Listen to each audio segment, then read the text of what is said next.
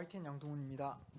네, 결국은 이게 지금 국민의힘 지도부에서 어떻게 판단을 해주느냐 이런 걸 촉구하시는 걸로 이해가 되는데 국민의힘 지도부 측과 다시 접촉해 보시거나 만나보실 계획이나 뭐 아니면 제안하신 게 있는지 여쭤봅니다. 네, 저는 얼마든지 만날 생각이 있습니다. 장동혁 대표에게 다시 한번 만나자고 요청할 생각이고요. 송원석 대표도 만나자고 요청을 할 거고요. 그래서 저는 이제 이 개헌이 요 자체로서만이 중요한 것이 아니라 39년 동안 우리가 개헌을 못했잖아요. 그 39년 전이라고 하는 게 한마디로 이야기하면 우리가 선진국으로 바뀌는 가장 중요한 변화의 시기란 말이에요. 39년 전의 시대의 정신은 하나씩만 더 나와도 삼천리는 초만원 할 때예요. 둘 나오면 거지 된다. 이런 구호가 붙어 있을 때입니다. 그리고 AI를 이야기하는 시대인데 핸드폰은커녕 삐삐도 없었을 때고 기후 위기나 지역 불균형 문제에 대해서 아무 고민이 없을 때 그때 만들어진 헌법이란 말이죠. 그냥 그런 점에서 보면 시대가 변화하는 것에 따라서 국민들의 어떤 삶 이런 것들을 보장해 가는 게 국가가 해야 될 일이고 법의 정신이 그런 것인데 법의 근거가 되는 법이 39년 전에 머물러 있다는 것은 우리 국민들의 기본권을 보장하고 있지 못하다. 아주 낡았다. 이렇게 이야기할 수밖에 없죠. 그리고 비상계엄도 우리가 겪어봤습니다만 저도 국회의장 하면서 너무나 이 헌법에 빈틈이 많아요. 이 헌법을 가지고 비상계엄도 결국 막고 국회 해제권을 가지고 빨리 모여서 했지만 그때 군인들이 국회를 막아버렸으면 어떡할 거예요. 그때 절실했던 게 국회 승인권이더라고요. 몇 시간 내에 국회 승인을 못 받으면 비상계엄 자동 해제시켜야 되겠다. 또 그리고 그 1시 1분에 국회에서 비상계엄 해제 결의를 했는데 국무회의에서 한 게 4시 반이잖아요.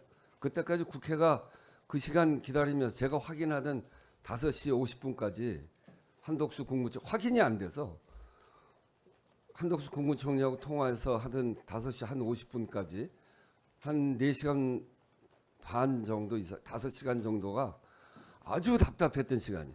그걸 왜 그렇게 하냔 말이에요. 국회에서 해제 의결을 하면 즉각 해제되게 만들면 그런 문제 없어지는 거예요. 이게 불법이기 때문에. 그래서 그런 문제, 이런 빈틈들.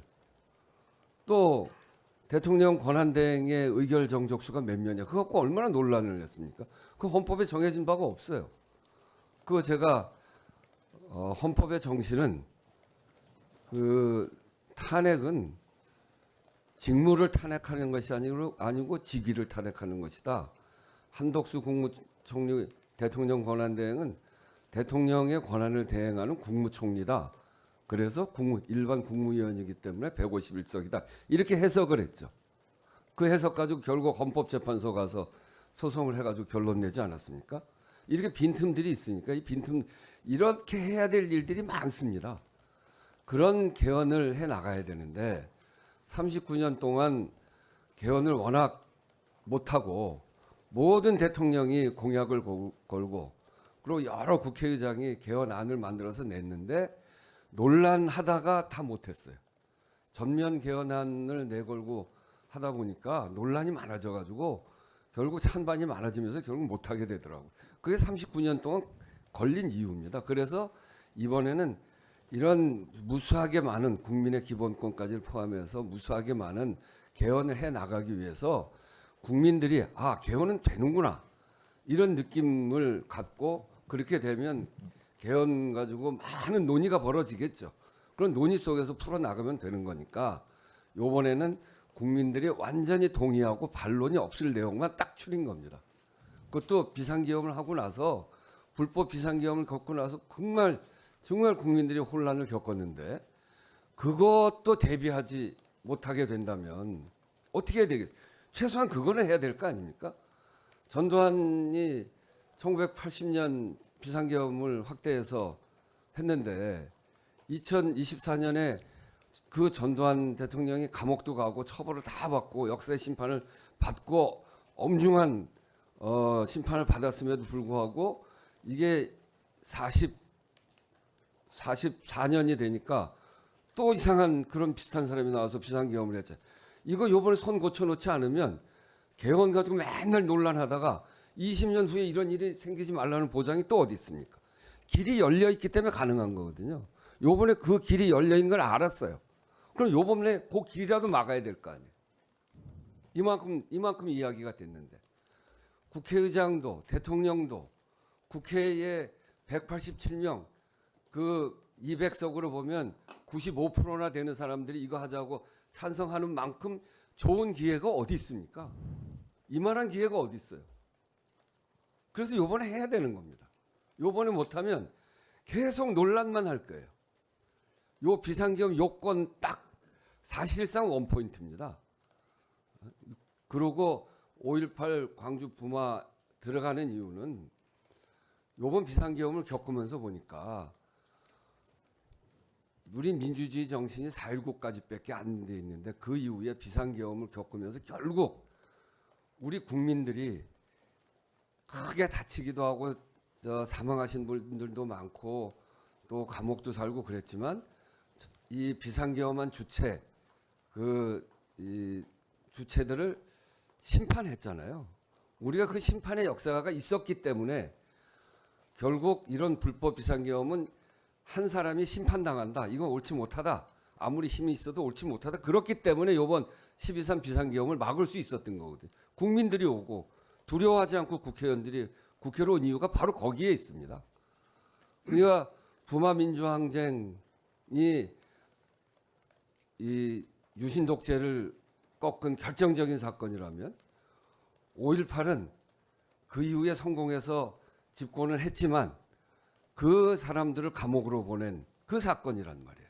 그러니까 그 위대한 정신, 국민이 이긴다, 국민을 이기는 어떤 권력도 없다, 이거를 분명하게 새겨넣는, 이거를 헌법 정신에 새겨 넣어야 되지 않겠냐. 두 개 붙어 있는 겁니다. 국가 균형 발전은 저희 국회에서 여론을 조사해 보니까 다른 어떤 것보다 거의 완벽하게 83.3%의 국민들이 동의하는, 잘 모른다 빼고 나면 거의 뭐 모든 국민이 동의하는 그런 사안이어서 그것도 정말 시급한, 다른 문제도 여러 개 넣고 싶었습니다. 제가 원래 환경하는 사람이고 또 노동하는 사람이고 그래서 그런 거 넣고 싶었는데 조금이라도 논란이 있는 거는 논란 때문에 안 될 수 있으니까 그건 다 빼고 논란이 없는 거, 또 지금 시대에 꼭 필요한 거 요것만 해서 개헌은 가능하고 개헌은 될 수 있는 거다. 개헌에 그렇게 문을 열자. 그래야 그 다음에 개헌 논의가 활성화되고 그래서 우리 국민들도 좀 더 관심을 갖고 이렇게 되지 않겠습니까? 지금 여러 현안이 많기 때문에 개헌이 국민들의 관심에서 조금 덜 관심이 있다는 건 잘 압니다. 왜 그러냐면 당장 먹고 사는 문제, 환율 문제, 또 중동 전쟁 문제, 유가 문제, 뭐 이런 게 다 걱정이잖아요. 그런데 지금 이제 이 개헌이라고 하는 거는 좀 추상적인 면도 있는 거고 그래서 조금 관심이 국민들에게 떨어져 있는 것 같지만 여론조사를 해보면 70% 정도가 개헌하자 이렇게 돼 있고 그게 이미 39년이나 돼 있기 때문에 쌓여 있는 문제가 너무 많아서 요즘 젊은 사람들이 다 저출산 문제 해결해 달라, 지역에 있는 사람들이 지역 균형 발전 해결해 달라, 기후 위기 심각하지, 그거 논의를 해서 헌법 정신에다 넣어야 될 거 아닙니까? 그렇게 넣어서 국가 책임을 강화시키고 해야 되는데 개헌은 잘 안 되는 거, 이런 생각을 갖고 있기 때문에 개헌 논의가 잘 안 된단 말이에요. 그래서 그 개헌의 문을 이 시급한 과제를 가지고 열자고 이걸 반대하는 사람들이 어디 있습니까?